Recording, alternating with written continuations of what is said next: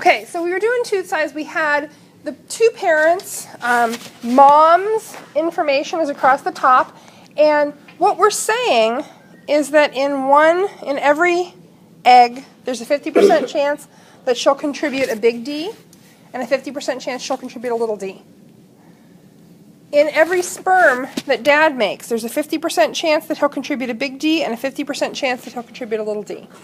Because each of them have two different alleles for this trait. Do you remember what the term for that is? How many of you remember doing Punnett Squares? Okay, did you do them in 7th grade? 8th grade. With who? Mr. Congo. Okay, 8th grade, Mr. Congo. Yeah, 7th grade. 7th grade? You've never done this before. Okay.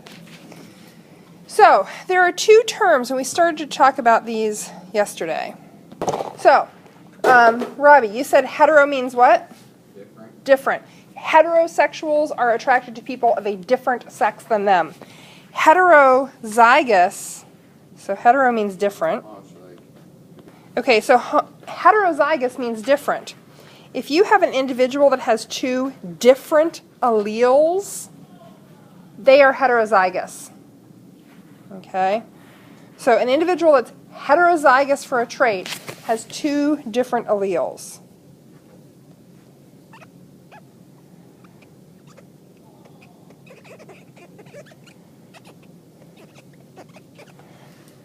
So what do you think it means if an individual is homozygous? They have two of the same. So, okay. So if you're a heterozygous individual, you have two different alleles for the same trait. If you're a homozygous individual, you have two of the same alleles, like big D, or little d. So, looking at the cross that we're doing right now, these two parents, are these parents heterozygous or well, let's look at mom first. Is mom heterozygous or homozygous for the tooth size trait? Hetero. She's heterozygous. What about dad? Hetero. So now let's do the cross. And if you've done these before, you remember how easy it is. Many of you have already done it. You just pull down the letters. Well, here, we'll do it this way. So we take this D and we bring it straight down. We take this D and we bring it straight over. We take this little d and we bring it straight across. And we take this little d and we bring it straight down. So you end up with four. So we bring all those letters down and across. You end up with four possible combinations for what for their offspring? What do we call the type of genes you have?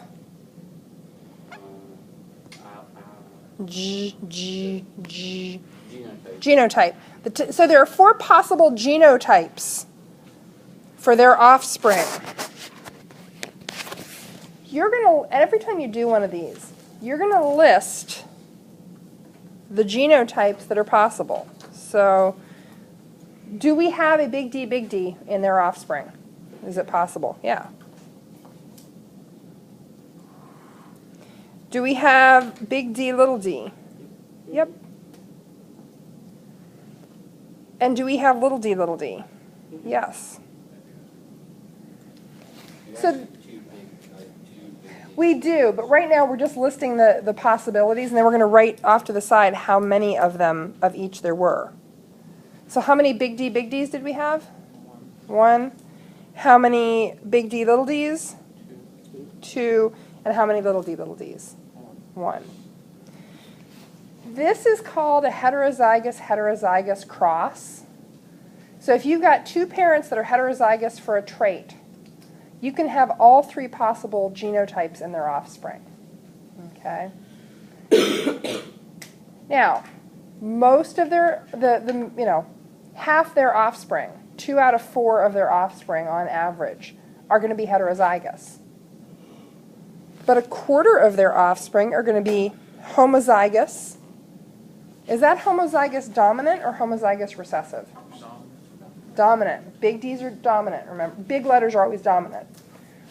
So then we've got this one, homozygous dominant, homozygous recessive. Homozygous recessive. So what we want to do now is write the ratio of the genotypes. So our genotype ratio is 1 to 2 to 1. And we usually don't write the genotypes again when we write the ratio, because we know in biology and genetics we always write the homozygous dominant, then the heterozygous, then the homozygous recessive. So they're always done in that order. So we just write 1 to 2 to 1 and we know what we're talking about. Here's a question for you. What do these offspring look like? So what are the possible phenotypes for tooth size? Big teeth. Big teeth and little teeth.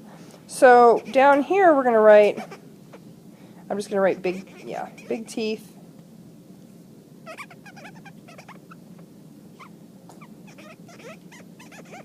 Small teeth. That's hard to read.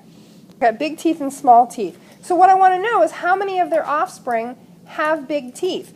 Let's look at these one by one. Yes, because this individual would have big teeth, but so would these two.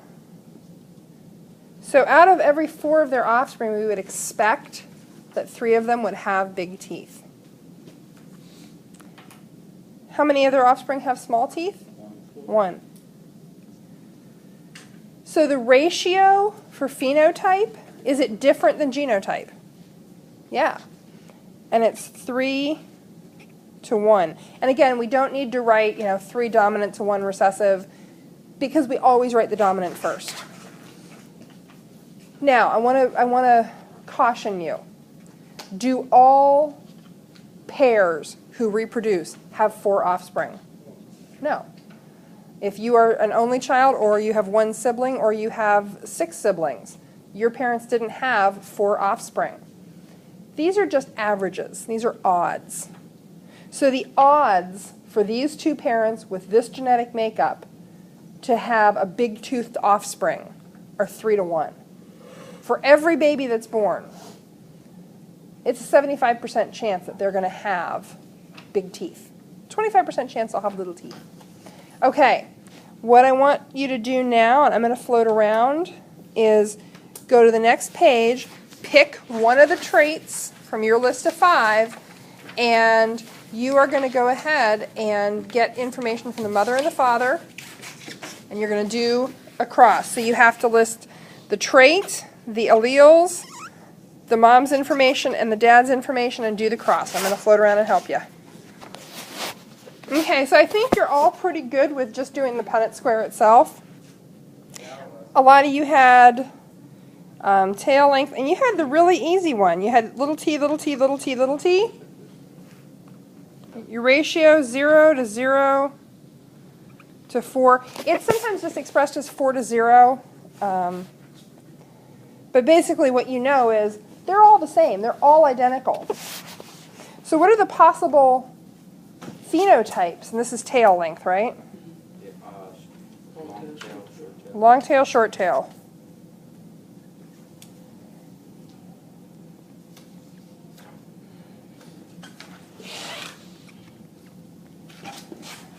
How many long-tailed babies did they have?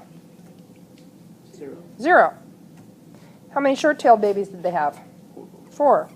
Their ratio, 0 dominant to 4 recessive for phenotype. Could this pair of parents ever have a long-tailed baby? No. Not without a mutation happening. Pardon? Yeah. If a mutation happens, they could. But assuming that there are no mutations, this pair of parents can't ever have a long-tailed baby. A lot of genetic things are a little bit more complicated than this, where there are actually multiple genes involved. There are some things that are single gene, dominant recessive, and we'll talk about some of those as we go. But Yeah, this pair could never have a long-tailed baby because they're both homozygous recessive. Pardon? Mom, typically we do mom. It doesn't matter really. I kind of by default do mom across the top, dad down the side. So it doesn't matter. Just mark which is which. And remember, this is the symbol for female. That's the symbol for male. Okay. All right. How about if we take our stuff, we head down, and I'm going to let you, yes ma'am. Okay. I'll let you work while we eat breakfast. And then I got the untitled one, is that right? And they were both heterozygous. Yeah, all red-eyed babies. Okay.